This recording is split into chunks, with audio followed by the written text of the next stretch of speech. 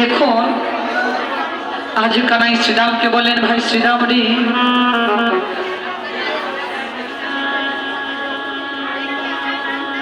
এই যে মা, শ্রীরাম মা শব্দ ছোট হলে কি হবে ভাই? মা শব্দ কত ছোট দেখো, তাই না? মায়া কানে মা, মা শব্দ ছোট হলে কি হবে? মার মাহাত্ম্যটা অনেক বড়। কারণ হলো মা নিজে না খাইয়ে সন্তানকে খাওয়ায়,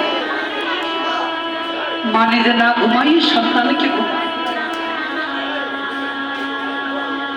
মার জীবনের সমস্ত দুঃখ কষ্ট জ্বালা যন্ত্রণা সব একাই সহ্য করে নেয়, তবু সন্তানের গায়ে একটু টোকাও লাগতে দেয় না। এটাই হচ্ছে মা। জ্বালা যন্ত্রণা সহ্য করতে না পারে দেখবেন মা কিন্তু বলে যে সংসারে এত মানুষের মৃত্যু হয়, আমার কেন মৃত্যু হয় না, আমার কেন মরণ হয় না। মা এটা বলে, কিন্তু মা কখনো বলে যে এত লোকের মরণ হয়, আমার ছেলের কেন মরণ হয় না, আমার সন্তান কেন মরে না, এটা বলে না। কারণ মা নিজের সমস্ত দুঃখ কষ্ট সব সইবার ক্ষমতা রাখে।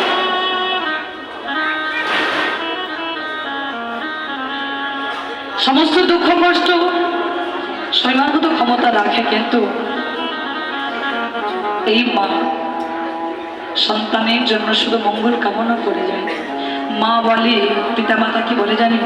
পিতামাতা বলে, সন্তান না দেখে ভাতি তাও জলক বাতি। সন্তান ভাত দিক বা না দিক, তাও আমার বংশের প্রতি যেন জ্বলন্ত শিখার মতো করে যেন জ্বলে। এটাই হচ্ছে মা। মা আমাদের সুন্দর দেহটা গড়ে দিয়েছে, বিনিময়ে কখনো মূল্য চাইনি। মূল্য চেয়েছে? কোনোদিন মূল্য চাইনি।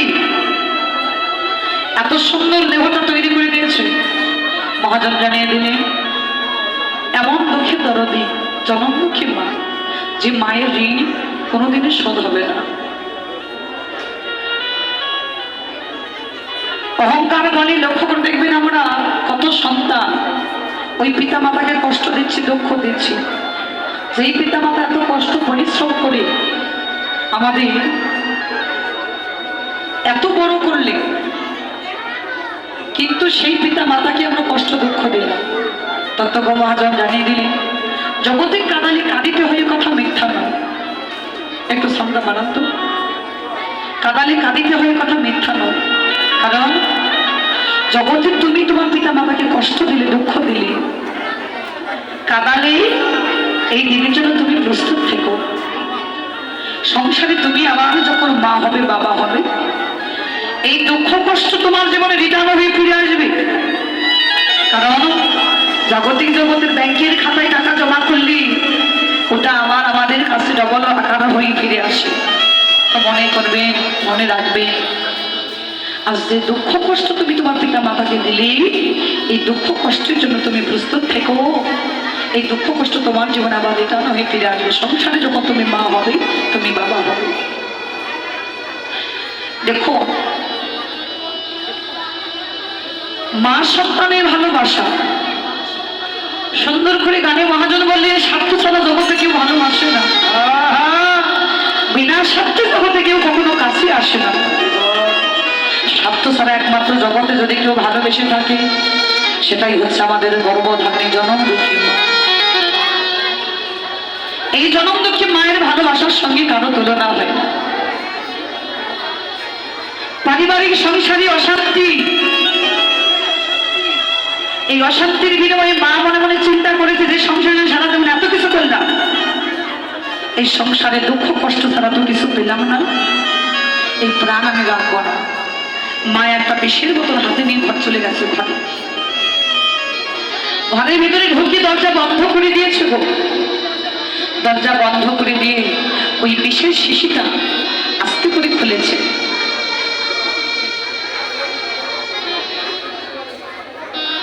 বিশেষ শিশি আস্তে করে খুলেছে, যেই মুখে দিতে যাবে, মার সন্তান স্কুল থেকে ফিরে এসে দরজায় ডেকে বলছে, মা, মা গো, দরজা বন্ধ করে দিয়ে তুমি ঘুমিয়ে পড়েছ নাকি? মা, দরজা খুলে দাও, আমার তাড়াতাড়ি স্কুল ছুটি হয়েছে, আমার বড্ড ক্ষুধা পেয়েছে, দরজাটা খুলে দাও। মার কানে চলে গেল কথা, আরে সন্তান বড় ক্ষুধার্ত।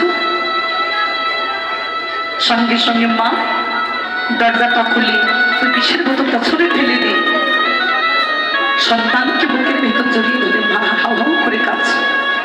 দেখি একটু আগে আমি কি করতে যাচ্ছিলাম, জগতে যদি আমার কিছু হয়ে যেত আমার সন্তানকে কে দেখত, আমার যদি কিছু হয়ে যায় আমার সন্তান তো এই জগতে চির জনমের মতো এতিম হয়ে যাবে।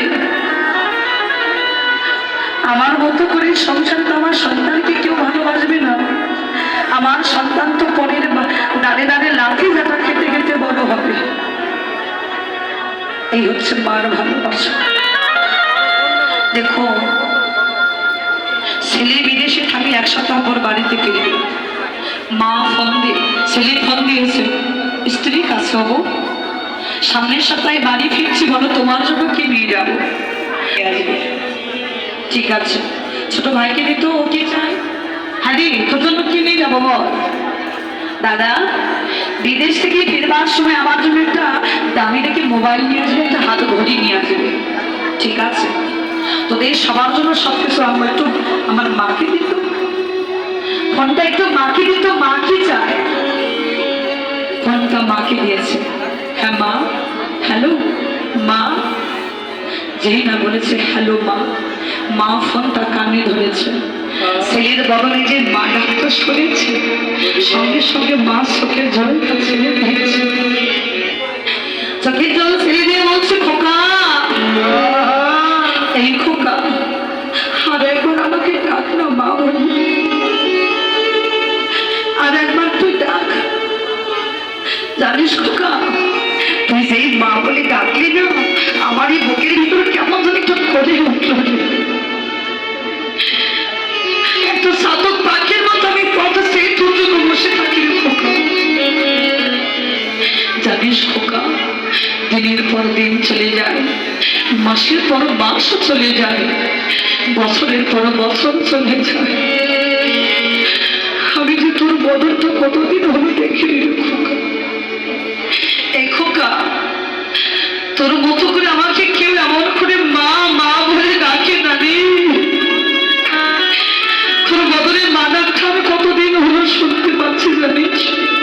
আর একবার ডাকা বাবা, আর একবার আমায় মা বলে ডাক। মা, ও মা তুমি অমন করে বলো না, অমন করে বললে আমার কষ্ট লাগে। জানিস খোকা আমার সাথে আমার পিছে যারা এলো তারা আগে চলে গেল, খোকারে জানি না কোন দিন আমার ওই পারের ডাক আসে খোকা, জানি না কোন দিন আমি জগৎ থেকে চলে যাব খোকারে। আমার রাধা মাধবের কাছে যখন আমি ভক্তি পূজা করতে যাই তখন রাধা মাধবের কাছে কেঁদে বারবার বলি হে গোবিন্দ, জানি জানি নিঃশ্বাস ছেড়ে বিশ্বাস নয় কোন দিনে চলে যাব, তোমার কাছে প্রত্যেকদিন আমি পূজা অর্চনা করি, ভক্তি দেই, তোমাকে নয়নের জলে ডাকি, কিন্তু গোবিন্দ তোমার কাছে আমার ছোট্ট একটা চাওয়া, আমি তো চলেই যাব কিন্তু আমাকে নিয়ে যাবার কালে একটু তুমি অপেক্ষা করবে, কারণ যাবার কালে আমি তোমার সন্তানের বদনটা আমি দেখে যেতে চাই। বদন শুধু দেখে নয়, আমার শেষ যাত্রার কালে আমার সন্তানের বদনের মা ডাকটা আমি শুনতে চাইনি গোবিন্দ, আমার সন্তানের বদনের মা ডাকা শুনতে চাই, অন্তত আমার শেষ যাত্রার কালে আমার সন্তান যেন আমার এই মুখ আগ্নিটা যেন করতে পারে গোবিন্দ। খোকারে তোর জন্য প্রত্যেক দিন আমি মানত করি যে আমার নারী ছিল আমার অহংকারটা চূর্ণ বিচূর্ণ হয়ে যাবে আমাদের প্রত্যেকের প্রতি, যেদিন আমাদের দেহ থেকে প্রাণ পাখিতে চলে যাবে ওই শ্মশানের ঘাটে চিতা রমলে এই অঙ্গটা জলে করে একমাত্র ছাই করে দেবে। তাই সিদ্ধান্ত দিয়ে বসে দেখো মানবের সমস্ত অহংকার ওই দিন সীতারমণে জ্বলে পুড়ে ছাই হয়ে যাবে। ও তোর সোনার অঙ্গ